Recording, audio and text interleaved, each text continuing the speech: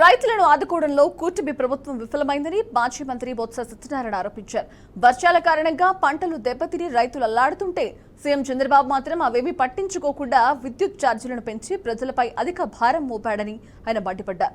పెంచిన విద్యుత్ ఛార్జీలకు నిరసనగా ఈ నెల 27వ తేదీన కలెక్టర్లను కలిసి వినతి పత్రం సమర్పిస్తానన్నారు.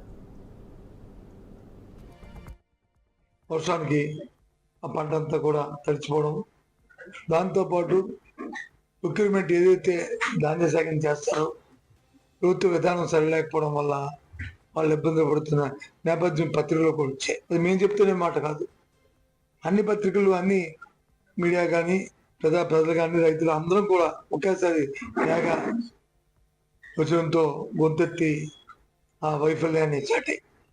దాని మీద ప్రభుత్వం నిర్దేశించిన విధానం తీసుకోవాలని, రైతాంగం ఇబ్బంది పడకుండా, మరి దళాలకి అవకాశం లేకుండా వెసులుబాటు చేయాలనేది కోరుతూ ఈ నెల 13వ తేదీ నాడు జిల్లా కలెక్టర్కి వినతి పత్రం ఇవ్వాలని ప్రజాప్రతినిధులు నిర్ణయించుకున్నాం.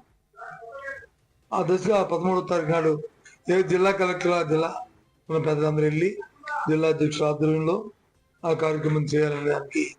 దీంతో పాటు ఏదైతే రైతుకి ఆసరాగా గత ప్రభుత్వం ఇచ్చిన 13,500 రూపాయలు కాకుండా 20,000 రూపాయలు ఇస్తామని మరి ప్రభుత్వం చెప్పిందో దాన్ని ఎంతవరకు దాన్ని ఆచరణలో తీసుకురాకపోవడం వల్ల మరి మొన్న జరిగిన పంటలు వేసుకున్న నేపథ్యంలో కానీ, లేదు కొత్త పంటలు వేసుకుంటున్న నేపథ్యంలో కానీ ప్రజలు ఇబ్బంది పడుతున్న పరిస్థితుల్లో ఓసారి దాని మీద ప్రభుత్వానికి మీద ఒత్తిడి తీసుకొచ్చి ఆ డబ్బులు మరి రిలీజ్ చేసి ప్రజలందరి ఏర్పాటుని రైతాంగానికి ఇచ్చి ఏర్పాటు చేయాలని మరి ఆలోచన.